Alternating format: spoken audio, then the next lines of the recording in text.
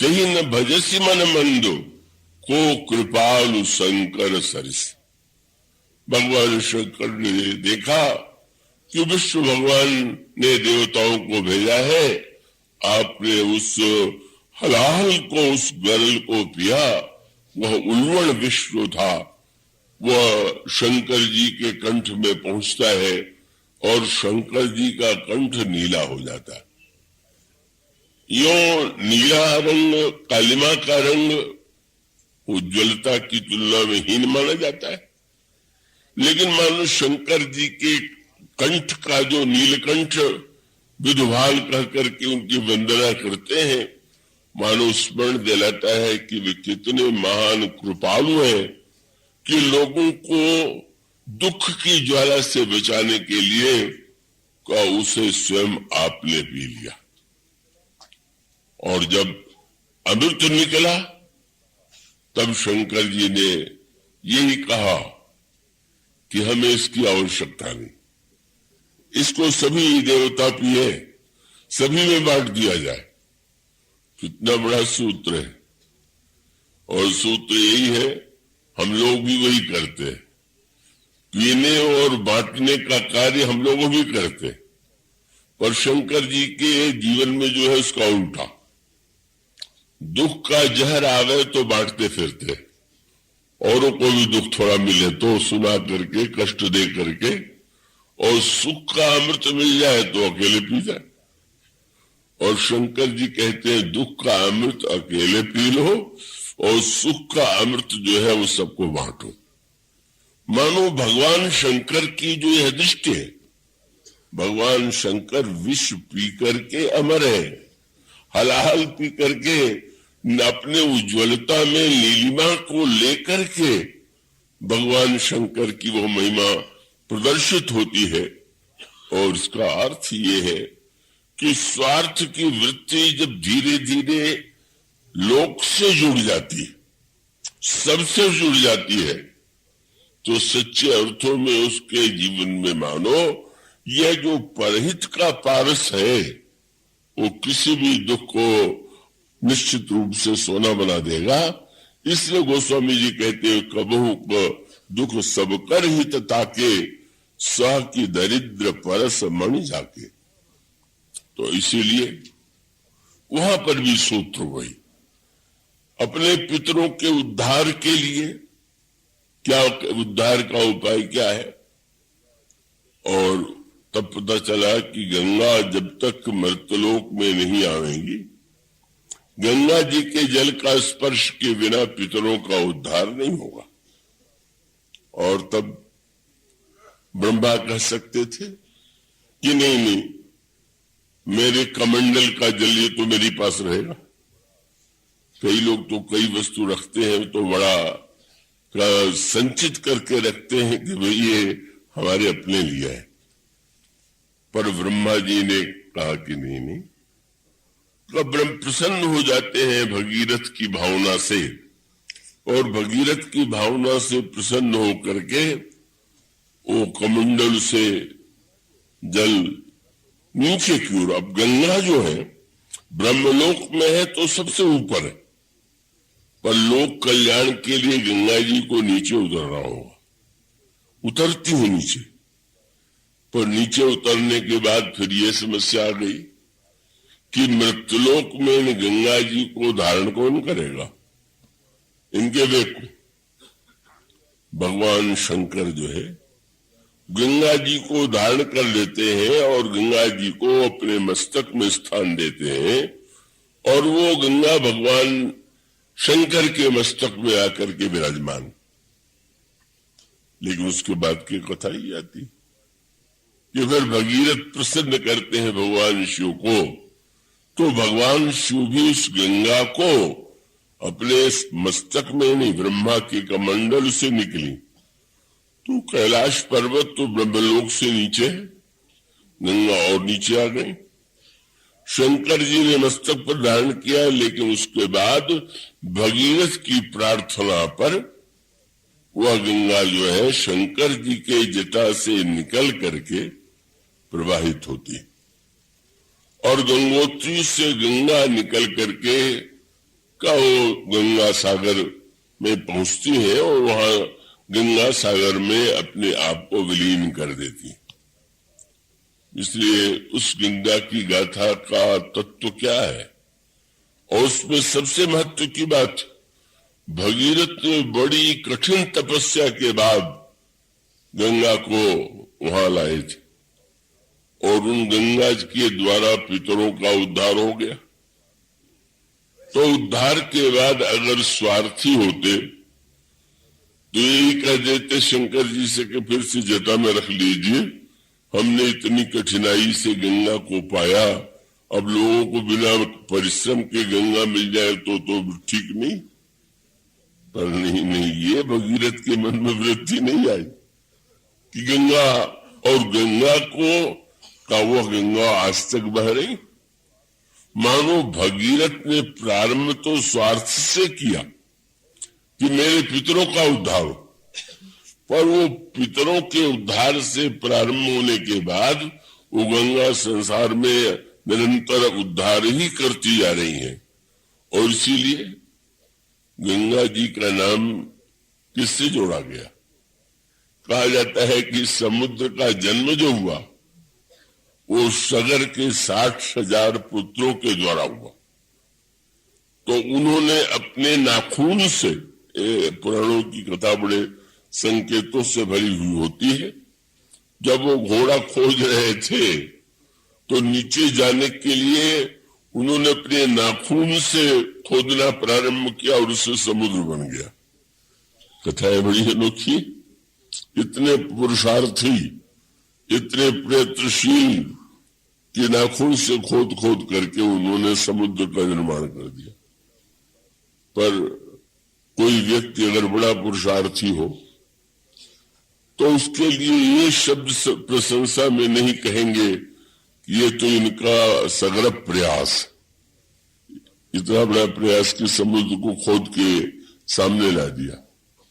जब भी कोई व्यक्ति कठिनतम कार्य संपन्न करता है तो ये कहते कि इनका भगीरथ प्रयास।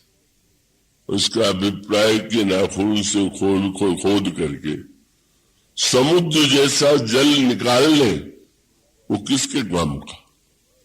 धन्य तो वह है जो भगीरथ के समान गंगा को लाता है और केवल लगा कि अपने पुरखों की लीला है, लेकिन वो सबके लिए गंगा प्राप्त है।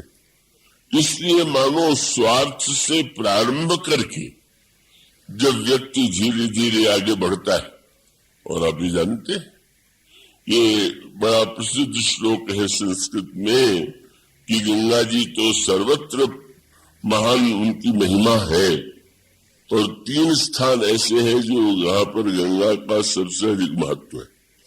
और वो 3 स्थान कौन है? हरिद्वारे, प्रयागे च गंगा सागर संगमे। हरिद्वार में, प्रयाग में और गंगा सागर में, इन 3 स्थानों में गंगा की सबसे अधिक महिमा। जनक नंदिनी सीता को जब अपनी पुत्री को महाराज जनक ने चित्रकूट में देखा, तपस्विनी वेश में सीता को जब वे देखते हैं, कहा उन्होंने जिस पुत्री को दिव्य रत्न और आभूषणों से सुसज्जित करके दिव्य का अद्भुत वस्तुएं दे करके विदा किया था, उन सीता के शरीर पर नाम मात्र को आभूषण है, नहीं तो रेशमी वस्त्र के स्थान पर वलकल वस्त्र पहने हुए। साधारणतया पिता दुखी हो जाएगा, मेरी पुत्री को इतना कष्ट हो रहा है, कहा कितना मैंने दिया और कहा इस पुत्री को आज बन बन भटकना पड़ रहा है। वैसे भक्तों की भी गाथा आती है, वो आप में से बहुतों ने शायद सुना भी हो कि एक प्रयागदास जी नाम के भक्त थे, और वो प्रयागदास जी त्रेता युग के नहीं, इसी युग के भक्त थे, और वो मिथिला में निवास करते थे। और जब वो बहनें आती थी अन्य घरों में, तो वो आती थी भाई के हाथ में राखी बांधने, और वो प्रयागदास जी की कोई बहन नहीं थी तो वो दुखी हो जाते थे और उन्होंने अपनी मां से कहा कि क्या मेरी कोई बहन नहीं? तो मां भावुक थी, उन्होंने कहा वो तुम्हारी बहन तो बहुत श्रेष्ठ है। वो कहा है? बोले वो तो सीता। और इतने भोले थे कि उन्होंने उस पर विश्वास किया। मेरी बहन कहाँ है? अयोध्या में। अयोध्या में वे पहुंचे तो अनेक लीलाएं होती है, परंतु में यह संकेत मिला कि उनको समाचार मिला कि वो तो वन चले गए और वन चले गए हैं तो उनको इस कल्पना से बड़ा दुख हुआ कि अब मेरी बहन जो है कहाँ सोती होगी, कुश के ऊपर, पत्तों के ऊपर।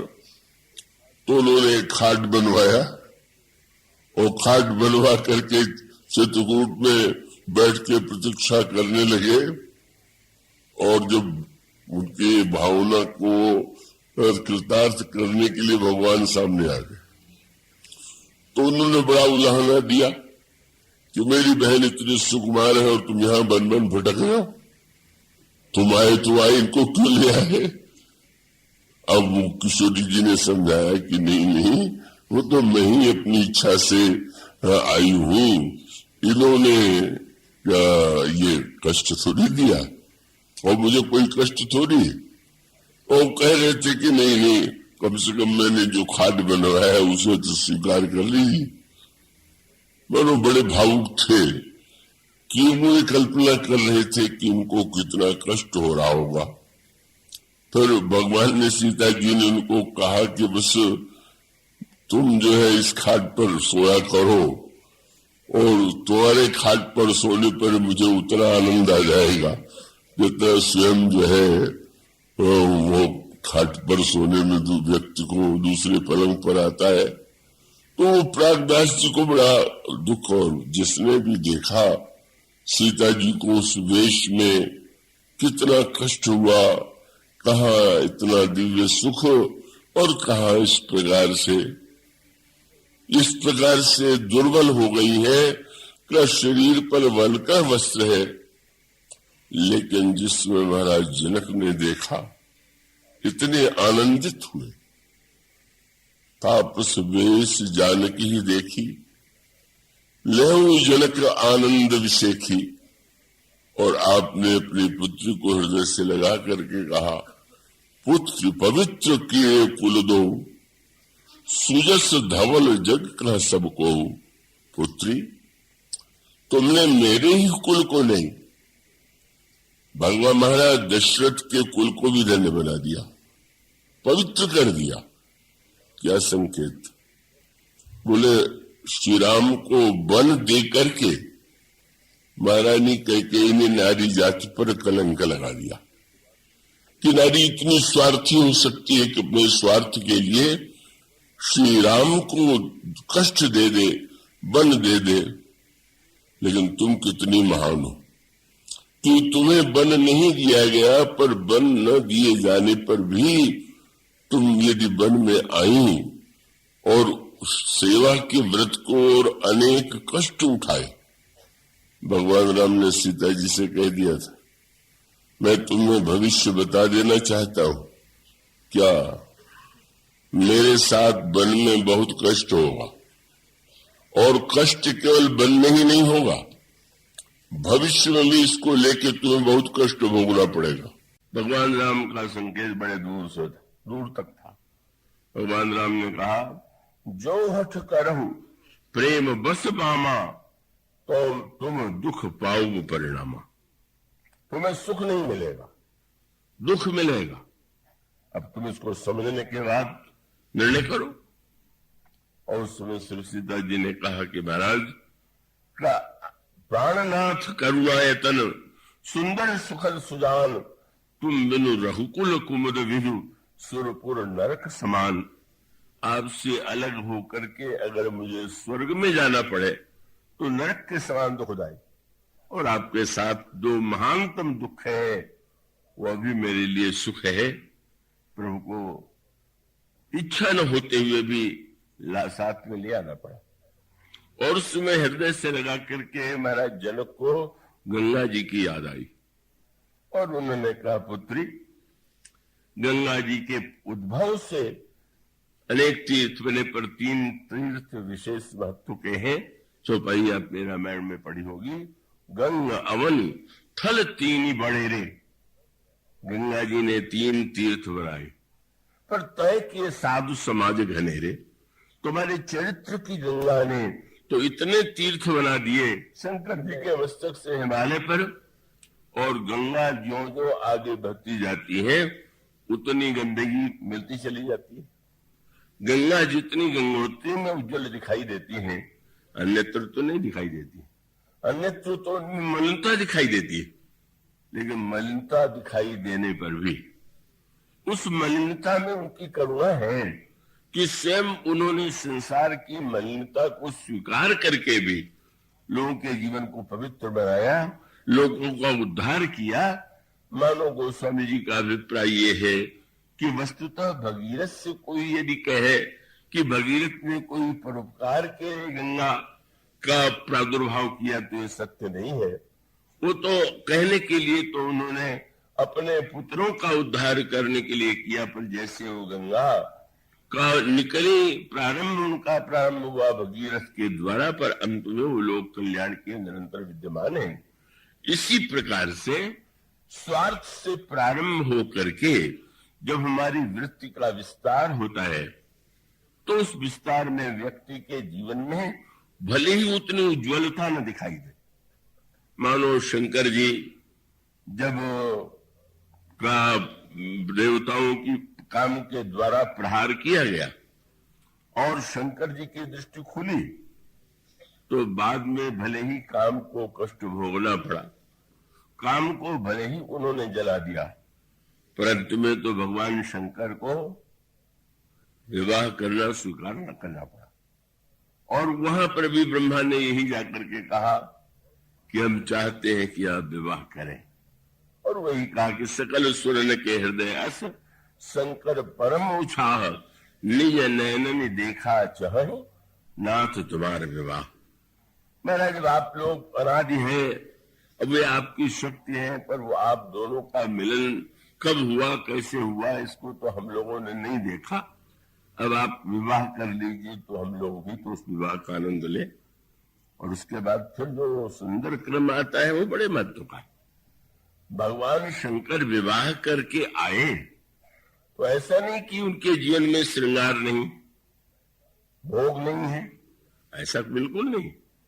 मानो ये रामायण श्री रामचरित मानस में मानव जीवन का जो संतुलन है उसकी ओर संकेत। अभी नहीं कि कब विवाह करके आया और उसी दिन से वेदांत का उपदेश या भक्ति का उपदेश पार्वती को देने लगे। कई लोगों को यह अतिरेक हो जाता है, वो समझते नहीं कि हर वस्तु का समय होता है। इसलिए गोस्वामी जी कहते हैं भगवान शंकर जब विवाह करके लौटे तो गगन समेत बसहि कैलासा हर गिरिजा विहार नितनयऊ ये विधि विपुल काल चले गए। भगवान शंकर और पार्वती विहार करते हैं और करही शब्द स्पष्ट कर दिया, करही विविध विधि भोग विलासा और गगन समेत बसहि कैलासा। भगवान शंकर के लिए जब इस शब्द को लिखा गया तो किसी ने कहा विस्तार से वर्णन आप कर सकते हैं। उन्होंने कहा कि नहीं, जगत मातु भगवान शंकर और जगत पिता है और भगवान भगवती उमा माँ है, इसलिए जगत मातु पितु संभव भवानी तेई श्रृंगार न कहो बखान। इसलिए मैं केवल इतना संकेत करता हूं, उसका उद्देश्य क्या है आगे चल करके फिर आप देखेंगे। बहुत काल तक इस तरह के बाद तारक सुर को वध करने वाले स्वामी कार्तिक का जन्म हुआ और स्वामी कार्तिक के द्वारा संहार हुआ तारकासुर का और संसार के लोग सुखी हो गए। अब उसके बाद जहां विवाह हुआ, विवाह में ऐसा भी लगा कि श्रृंगार है, राग है, और उसके बाद गोस्वामी जी वह दृश्य बताते हैं जब भगवान शंकर का एक रूप वह है जिसमें वे समाधि में, दूसरा रूप वह है जब वे देवताओं की प्रार्थना पर जब वे काम को भस्म कर देते, और तीसरा रूप वह है जब विवाह करते हैं और विवाह के बाद श्रृंगार की समस्त जो प्रक्रिया है उनके जीवन में सामने आती है। और उसके बाद गोस्वामी जी ने कहा फिर एक ऐसा अवसर आता है कि जब वट वृक्ष की छाया में भगवान शंकर अपने आप अकेले थे। शंकर जी, कोई शिष्य भी साथ में नहीं था, कोई गण भी नहीं था। आपने अपने जो बागांबर था वो बागांबर शंकर जी ने अपने हाथ से बिछा दिया और वट की छाया में बैठ गए। अब वहां पर दो रूप है शंकर जी के। एक रूप वह है जहां पर भगवान शंकर परम प्रशांत है। दूसरा वह है जहां शंकर श्रृंगार में संलग्न दिखाई दे रहे। और तीसरा रूप गोस्वामी जी ने लिखा कि अब भगवान शंकर का दर्शन करके ऐसा लगता है क्या बैठे सोह काम रिपु कैसे, धरे शरीर शांत रस जैसे। और तब पार्वती भल अवसर जानी, गई सम्मुख मातु भवानी। तब पार्वती भगवान शंकर के चरणों में जाकर के प्रणाम करती हैं। और तब उन्होंने जब बड़ी विनम्रता से शंकर जी से कहा कि महाराज मेरे हृदय में कुछ संदेह है, डर गई कि फटकार न पड़ जाए, इतना कष्ट भोग लिया, अब भी शंकर तुम्हारे मन में संशय बना हुआ। तो आपने कहा तब कर अस विमोह अब नहीं है, तो मोह पर वैसा नहीं है। अब तो राम कथा पर रुचि मनमाई, श्री राम की कथा के प्रति मेरे मन में रुचि भी आ गई है। तो इसलिए आप मेरे प्रश्न के उत्तर में कृपा करके राम कथा सुनावे। भगवान शंकर ने कितनी प्रशंसा किया। राम कृपा ते पार्वती, सपने तव मन माही, शोक मोह संदेह भ्रम मम विचार कछुनाए। भगवान की कृपा से तुम्हारे हृदय में शोक मोह संदेह तो है ही नहीं। तात्पर्य क्या है? जब भगवान शंकर ने, भगवान राम ने स्वयं तुम्हारी कथा की और कथा सुना करके तुम्हारी पवित्रता का वर्णन किया, तो तुम में तो ये बात हो नहीं सकती। पर तुमने जो आज प्रश्न किया वो तुम तो अपने लिए कह रही हो कि मेरे मन में संदेह, लेकिन मैं यही कह सकता हूं कि वस्तुतः तुम्हारा एक कथा, वहां पर शब्द ये था, उनका पूछे वो रघुपति कथा प्रसंगा, सकल लोक जग पावनी गंगा। गंगा एक तो मेरे सिर पर थी, जिसको भगीरथ ने संसार के लिए प्रकट कर दिया, पर मेरे हृदय में भी राम कथा की गंगा न जाने कब से विद्यमान, और वो राम कथा की गंगा बाहर नहीं निकल रही। मैं उस आनंद में डूबा हुआ हूं। लेकिन आज तुमने कैसा सुंदर प्रश्न किया है कि तुम्हारे संदेह भ्रम के बहाने वो कथा जो मेरे द्वारा कही जाएगी, वह कथा तो अन्य लोगों को भी क्रमशः प्राप्त होगी। मानो तुम्हारी द्वारा जो किया जाने वाला प्रश्न है वो गंगा, तो गंगा का अभिप्राय यही है। मानो तात्पर्य है कि अगर गहराई से विचार करके व्यक्ति देखे तो उसको लगेगा कि स्वार्थ की पूर्ति के लिए भी परोपकार आवश्यक है, परहित आवश्यक है। और इसी क्रम को रामायण में सर्वत्र दिखाने की चेष्टा की गई, गीता में बताने की चेष्टा की गई। कहा गीता में भगवान कहते हैं व्यक्ति कर्म तो करता ही है, क्योंकि कर्म करना उसकी बाध्यता है। कर्म के बिना व्यक्ति रह नहीं सकता। लेकिन भगवान कहते हैं जब कर्म करता है तो अच्छा है, बुरा है, और उस कर्म का परिणाम भी अच्छे और बुरे के रूप में उसे भोगना पड़ता है। इसलिए वे कहते हैं कि व्यक्ति का कर्तव्य है कि वो कर्म जो है अगर यज्ञ भावना से करे, यज्ञार्थात कर्मो नित्य लोकोयम कर्म बंधन, व्यक्ति अगर यज्ञ भावना से कर्म करेगा तो उस कर्म के द्वारा उसको बंधन नहीं होगा। महाराज यज्ञ करने से क्या लाभ होगा? खेत में अन्न डालते हैं तो स्पष्ट दिखाई देता है, बीज निकला, बीज फूटा, बढ़ा, उसमें अन्न आया। अब अग्नि कुंड में अन्न डाल दिया तो वो तो यही दिखाई दे रहा है कि जो था भी वो भी भस्म हो गया। लेकिन भगवान कहते हैं नहीं नहीं, बड़ा लाभ होगा। क्या लाभ होगा? बोले जिस समय व्यक्ति यज्ञ करेगा तो यज्ञात भवति पर्जन्य, पर्जन्यात अन्न संभव, अन्न के लिए भी तो जल चाहिए। अगर यज्ञ किया जाएगा तो यज्ञ से बादल बनेंगे और बादल से जल की वर्षा होगी और वर्षा से व्यक्ति को अन्न मिलेगा। आश्चर्य! प्रत्यक्ष हम डालते हैं, लेकिन प्रकृति ने कितना सुंदर संकेत किया। खेत बनाना आपके हाथ में हो सकता है, अच्छा बीज डालना आपके हाथ में हो सकता है, पर जब तक जल न गिरेगा तब तक आपका डाला हुआ बीज जो है वो अंकुरित नहीं होगा। मानो प्रकृति से कह लीजिए, इंद्र से कह लीजिए, ईश्वर से कह लीजिए, व्यक्ति कहीं न कहीं जुड़ा हुआ है। और जब जुड़ा हुआ है तो भगवान ने कहा यज्ञ के द्वारा व्यक्ति को अन्न, मेघ बनेंगे, मेघ से वर्षा होगी। क्या लाभ हुआ? खेत में अन्न डाला तो भी बीज से अन्न मिला। पर मैंने सूत्र यही है कि जब आप खेत जोतते हैं तो किसान मान के चलता है मेरा खेत, जब उसमें बीज डालता है तो ये मानता है कि मेरे द्वारा गया बीज है। जब खेती बढ़ के पकती है तो समझता है मेरे परिश्रम का ये फल, और वो अपने घर में लाता है।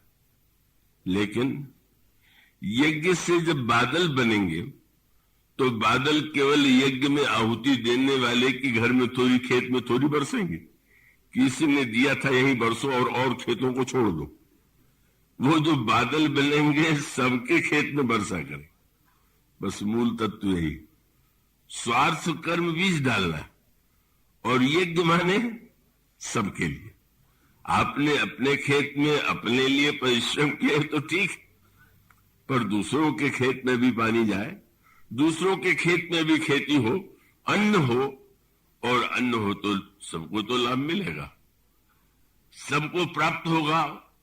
अगर आपके खेत में खेती लहलहाए और दूसरे के खेत में न उत्पन्न हो, यानी कितने झगड़े होते हैं, किसी के यहां अन्न हो रहा है किसी का नहीं हो रहा है। इसलिए रामायण में वो बड़ा व्यंग भरा दोहा है ना, क्या दोहा ये है, देने और लेने के संदर्भ में वो दोहा आपने पढ़ा होगा, जिसमें कहते हैं कि फल भारन भरी बिटप सब रहे भूमि नियर आए, पर उपकारी पुरुष जिमि नमहि सुसंपत्ति पाए। आम है, आम के वृक्ष में फल आया, पर शब्द इसमें दो हैं और बड़े महत्व के। क्या?